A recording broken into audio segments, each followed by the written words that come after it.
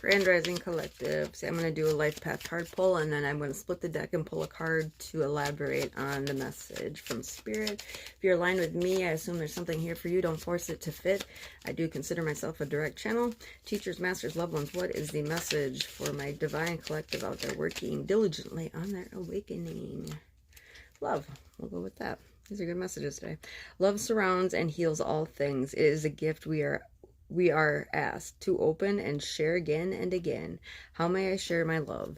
How don't we? Everything we react, we're all in reaction stages as humans.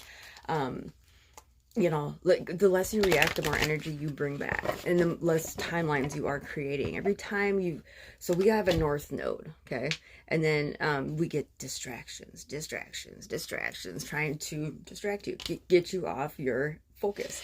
Every time one shows up and you do this, it slows your timelines down. Life gets slow, it gets mundane, it gets stupid.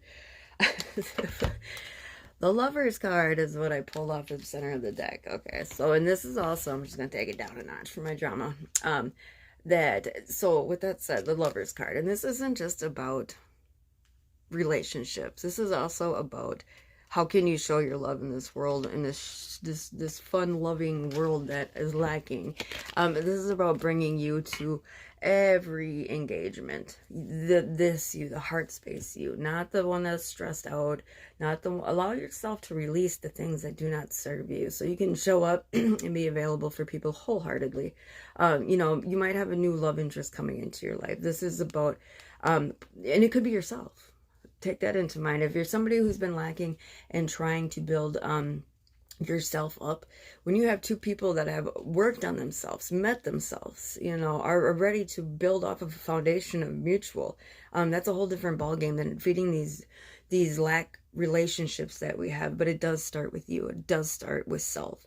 You know, there was a point in time in my journey when I started my awakening that I had to like go look in the mirror and tell myself, like square up, that I loved myself. You know, say things that you appreciate about yourself. You should be your biggest fan in all aspects, in all polarities. Never be ashamed of who you are, what this meat sack looks like, or anything like that. You know that you are a divine being and you are here to create your reality that you love.